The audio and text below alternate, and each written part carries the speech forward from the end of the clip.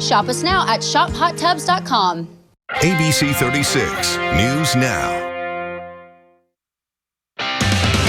ABC 36 News starts now. Good afternoon, Kentucky. I'm Jane Davenport. Thank you for joining us today. In our top story at 3, Kentucky Senator Rand Paul stopping by Lexington Mayor Linda Gorton's office this morning to discuss crime, gun laws, budget issues, and more. He also answered questions about his thoughts on the U.S. aid to Israel and Ukraine. In Washington, they just add on to the borrowing, and it's getting so big that I don't think we can do it. So Massey and myself supported aid to Israel if it was taken from somewhere else in the budget, but we didn't support borrowing it. I think that's just a fiscally responsible position.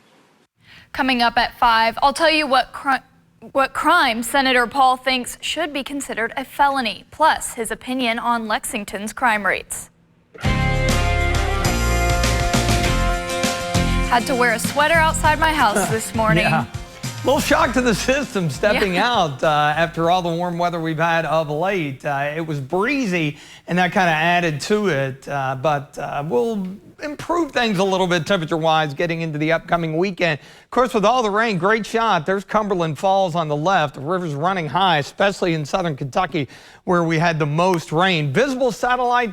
A pretty thick mid-level cloud deck, which is sinking down toward the Hal Rogers Parkway and Kentucky 80 corridor. Starting to see a few breaks in the clouds here in the bluegrass, but that overcast really having an impact on temperatures. And we've had a few little spotty shower sprinkles here and there, nothing overly high or anything to get excited about. Out ahead of that boundary, a lot of activity down into the Carolinas. Downtown Somerset there, a little bit of a breeze at Public Square. You can see the overcast. It's only 61. And one thing, again, adding to that cool factor, we've had a north to northwest wind around 10 miles per hour out there this afternoon.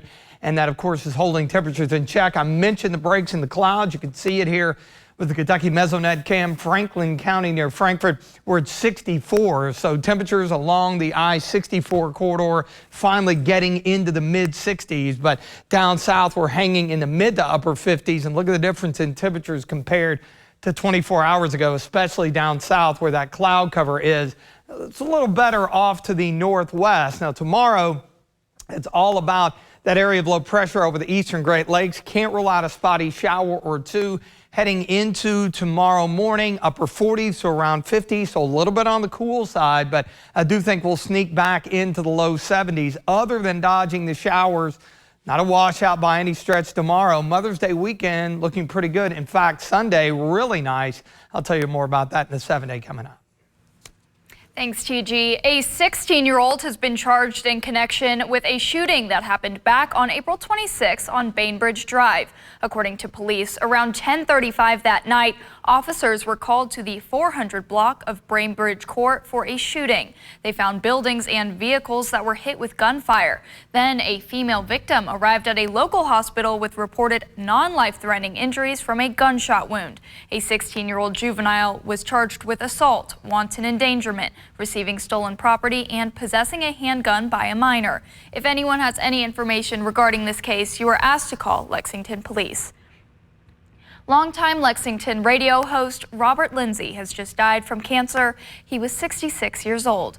Robert was an announcer for over 50 years. He spent many years at WVLK after starting his career in the field at just age 16. He was a huge part of the extended broadcasting family here in Lexington and Central Kentucky, and he will be greatly missed. A home in Mercer County has been heavily damaged after a fire broke out early this morning. According to the Harrodsburg Fire Department, they were called at around 2:30 in the morning to a fire on Noel Avenue in the Poplar Heights subdivision of Mercer County. They say the scene was cleared around 8:30 this morning. No other details have been given at this time, but we will continue to update you as we learn more information. And while there are plenty of cities with a great cost of living to retire in, not all of them have great health care, and that is where Lexington comes in. Cincinnati and Lexington rank among the best, cheapest places to retire with the best health care in the country, presenting retirees with not one, but two great benefits. According to travel.com, these affordable cities in America offer not only quality health care and medical facilities, but also provide ample opportunities for outdoor recreation and a vibrant community life, ensuring a fulfilling and active retirement experience. Cincinnati ranks number 6 and Lexington ranks at number 5. Number 1 on the list was Cedar Rapids, Iowa. That's going to lead us to our ABC 36 poll question of the day. We want to know if you agree that Lexington is one of the cheapest places to retire with the best health care. You can see the results on your screen below. A majority say no, but if you want to put in your vote, you can head to WTVQ.com/vote or scan the QR code on your screen. And the Lexington Fayette Urban County Council met yesterday to discuss Mayor Linda Gorton's proposed budget of over $531 million. The budget can still be changed by the council. ABC's Anna Medina has the breakdown. Surviving victims of gun violence wear their hearts on their sleeves. Unfortunately, a lot of those hearts are bloody and with pain. Those in the Urban County Council hearing from members and the public on where they believe money should be invested. We've identified gaps with services and coverages for the community, particularly victims and survivors of gun violence. Secondly, we want to engage and collaborate with community partners to proactively address these issues which continue to be an increasing danger within our community.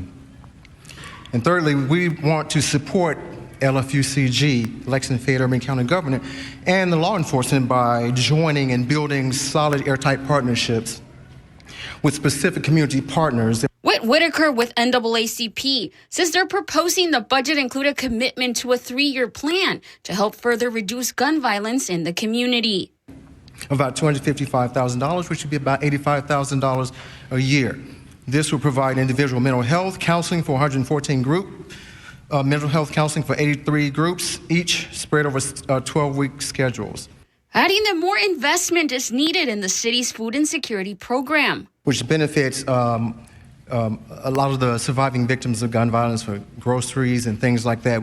Another member of the public says, I am going to suggest that you add to this budget a sum of money to correct the inequities and other problems in the Urban County government's compensation system. Meantime, Fayette Alliance also weighing in. Fayette Alliance would recommend that the Infrastructure Investment Fund be expanded to allow funds to be used for housing development as opposed to only economic development projects, as well as reestablishing the $3 million budget in this fund. The budget, as it is now, is proposing to double funds for affordable housing, $50,000 for trauma-informed services for One Lexington, and an increase for the Office of Homelessness Prevention and Intervention, among other items. Thank you, Anna. Well, Indianapolis is preparing the way for the Indy 500 happening this month. Our Dylan Goday is live at Indy with a very important guest to tell us more about the upcoming races. Hey, Dylan. Thanks, Jane. We have a huge weekend, a huge month on the way here at Indianapolis Motor Speedway. And what better guest to talk about that than the president of Indianapolis Motor Speedway, Doug Bowles. Mr. Bowles, thanks for joining us here. Beautiful weather and beautiful scene here at Indianapolis Motor Speedway. Yeah, it's opening day for us to get the month of May kicked off, and getting sunshine like this makes it a lot of fun for us and for the fans. Absolutely. And speaking of the nice weather, I know we're talking Indy 500, but we did a lot of coverage of the solar eclipse. It's very close to us and smack dab right here in Indianapolis. You guys hosted a huge event for that. Can you tell us a little bit about that? Yeah, so on April 8th, 2018, we said we're going to host a watching party, and then this year we actually did. We had 50,000 people here, most of them on the racetrack watching the solar eclipse. It was a really cool moment. It was a lot cooler than I thought it was going to be, and for our fans to be here and have a great time, we really enjoyed it. 33 countries of people were here. Every state in the union was here. It was just pretty cool. A lot of those people had never been here before, so it was a great way to bring people to the Speedway. Absolutely. We, as a meteorologist, I was also geeking out about it, so no worries there. But we're here for IndyCar racing, and just a huge month that is on the way. You can tell us about what this month, with the Grand Prix this weekend, kicking it off, and then obviously the Indy 500 at the end of the month, what that means to Indianapolis and to this track. Yeah, absolutely. So this is the 11th year we've kicked the month of May off with a road race. The NTT IndyCar Series drivers running on the road course tomorrow. Then we'll convert the racetrack after Mother's Day, and we'll get ready for the 108th running of the Indianapolis 500. Kind of like the Kentucky Derby. We, basketball and racing is something that Indiana and Kentucky both do really well, and so we'll get ready to go. But this is a huge event. We'll have 330,000 people here on race day inside the racetrack. Second largest city in the state of Indiana is right here. And that's incredible for sure. And something new coming at the end of the summer. We'll return to something old. The 30th anniversary of the Brickyard NASCAR race here in Indianapolis.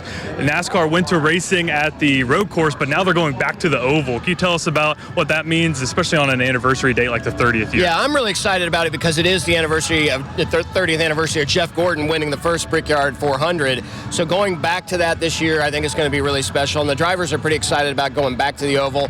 So we'll see how it goes. Our ticket sales are up because I think people want to see that on the oval. The new car that's been out the last couple of years with NASCAR has never raced on our oval, so it'll be interesting to see how the competition is. But it is important the 30th year to put them back on the oval. And speaking of NASCAR drivers and NASCAR, well, one NASCAR driver is attempting to do the double with the NASCAR race at Charlotte and the Coca-Cola 600 and also the Indianapolis 500. And it's a dirt guy. We covered local dirt racing on ABC 36 in Lexington, Kentucky.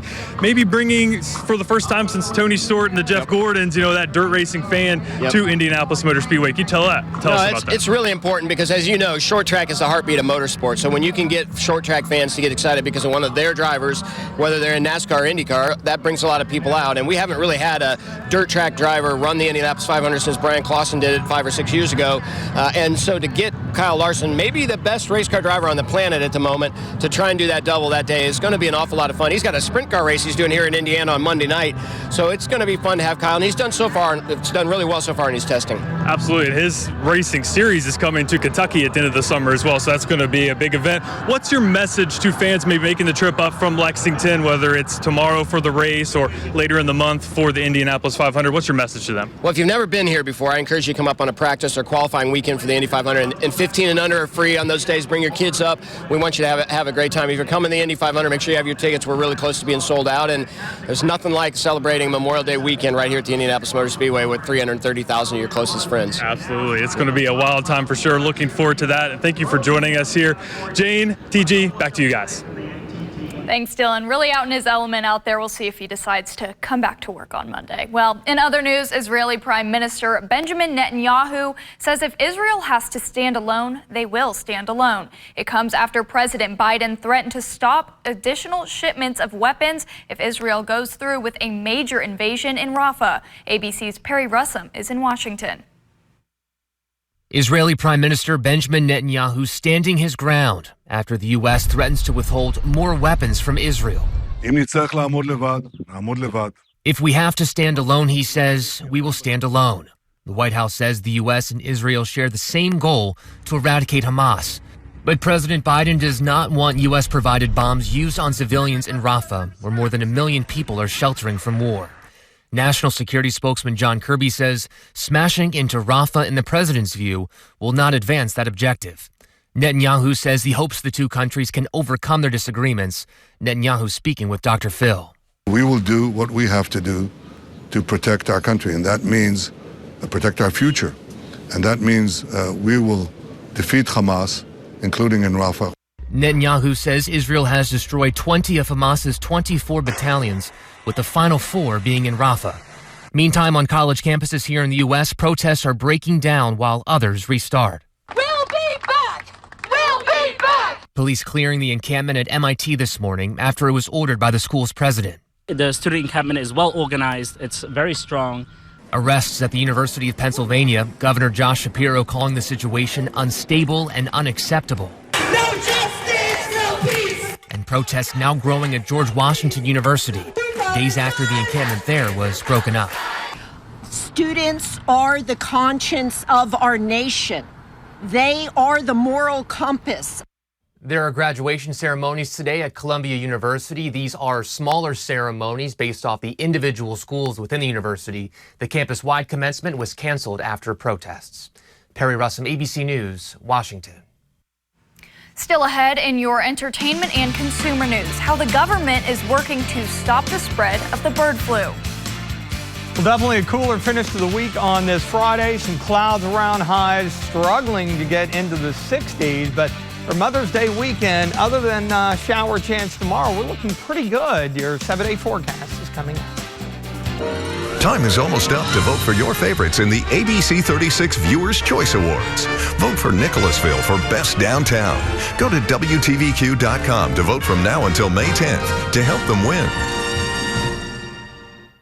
Aqua Living now has 14 hot tubs under $49.99. Our patent-pending Thermofill will fill your hot tub with hot water on demand, then drain it when you're done, eliminating the need for chemicals and high electric bills. Shop us now at shophottubs.com. At Liquor Barn, we celebrate the sounds of every Kentucky season. And springtime starts with a bang. Fireworks light up the river, the flame of hot air balloons, the bell of the starting gates, the cheers of victory, the thunder of thoroughbreds that leaves you breathless. Hey, I can hear it too. Did you know we have delivery? Choice Hotels is a family of brands with a hotel for any traveler you want to be. Like Quality Inn for the dad that gets every dollar and minute out of this family road trip. The day is upon us. Book at choicehotels.com. Hello. Hi, I'm Tommy Covey. And I'm Titus Covey. The heat's here, you can't deny it, and you can't hide from it. Are you driving around in your car with the windows down, sweat beads on your forehead? You don't have to. We can get you cool in this summer weather. All you have to do is give us a call, set an appointment. We'll take care of you, no problem. So if you haven't been calling Covey's for the past 34 years, then you're just cheating yourself. Covey's Auto. Come and see the difference.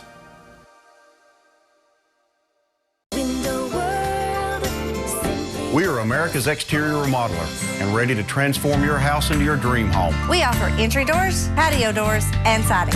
With a variety of options, you'll find the perfect window or door for your home. Our expert installation services are second to none. Let one of our design consultants give you a free in-home estimate.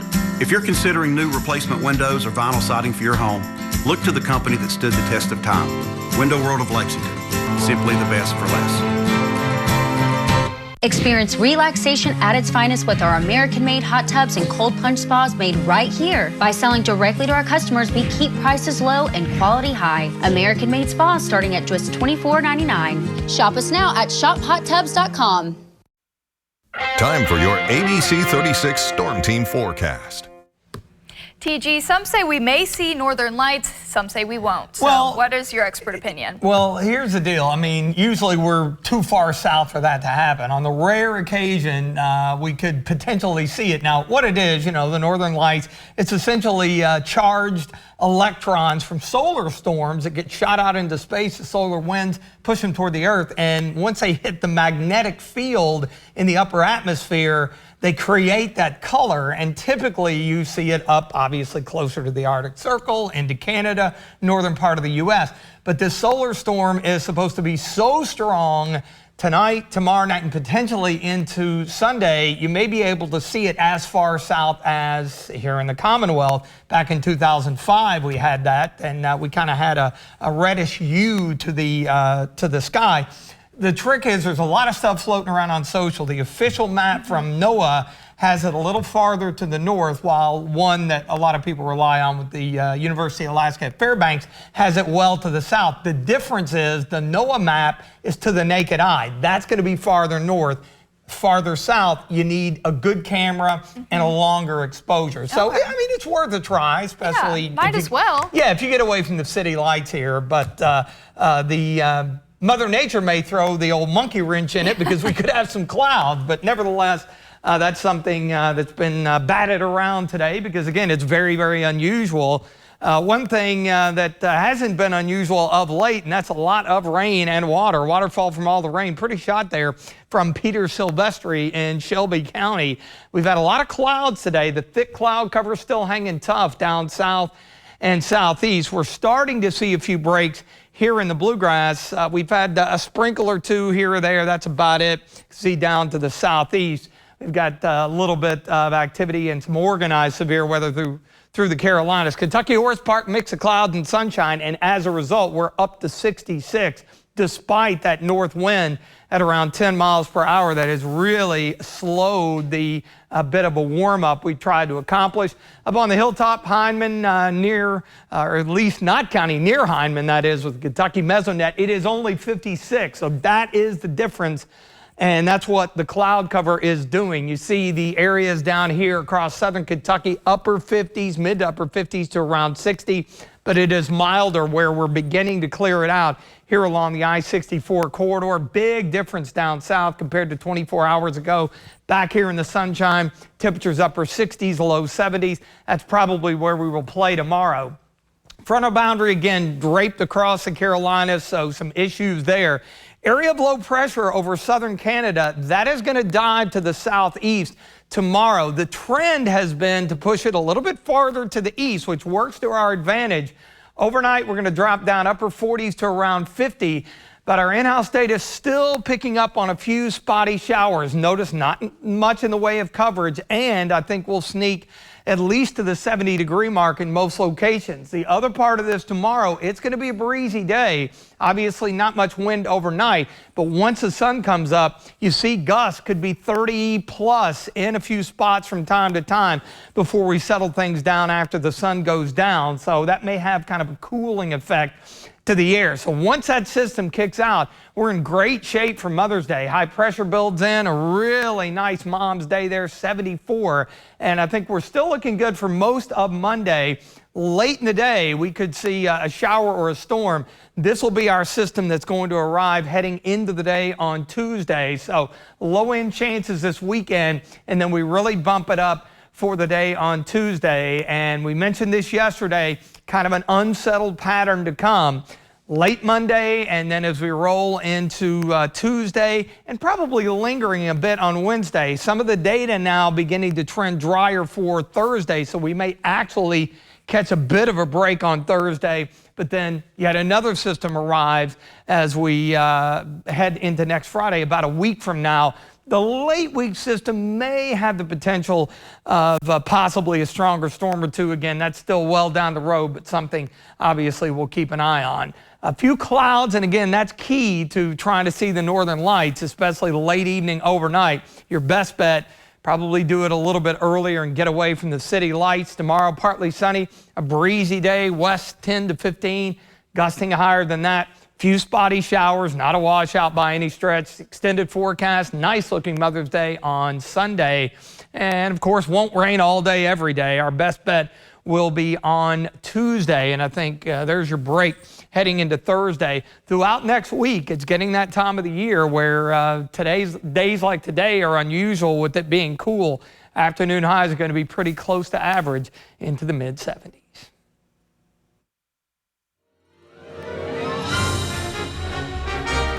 Hey guys, we are here in Nicholasville, and I'm here with Rhonda May and with Alex Carter. Guys, congratulations for making it to our voting round for Best Downtown in our Viewers' Choice Awards. How exciting is this? We are so excited and just grateful to be nominated in such an amazing category. Nicholasville is such a fabulous community. We have tons of things going on, amazing businesses, from the coffee shop we're in to a jewelry store that's been here to restaurants to a K-Cow production, an old-time radio show. It's just amazing. Oh, it's so vibrant. I love the downtown here. It's gorgeous. And Alex, you've got a lot of new things happening right now too. Let's talk about that. Absolutely, Lisa. So we have a concert series. The City of Nicholasville is sponsoring 5 bands throughout the summer.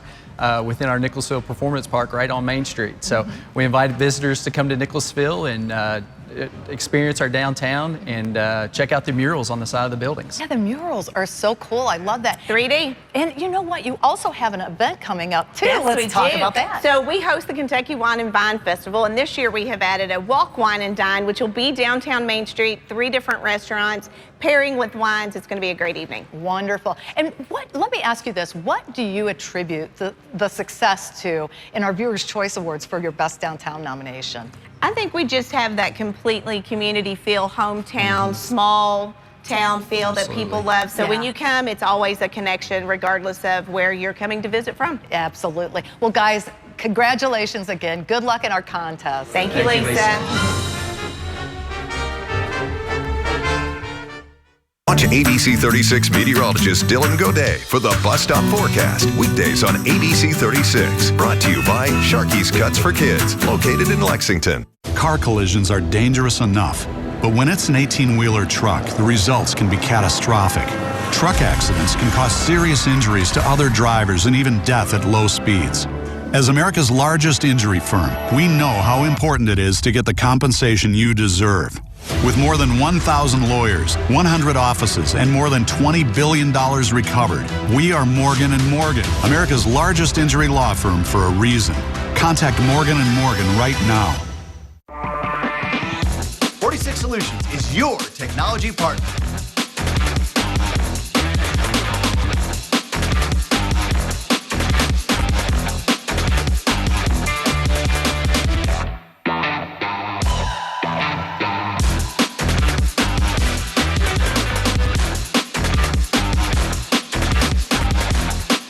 To experience this showroom for yourself and all this amazing technology, visit 46solutions.com. For moderate to severe Crohn's disease, Skyrizi is the first IL-23 inhibitor that can deliver remission and visibly improve damage of the intestinal lining.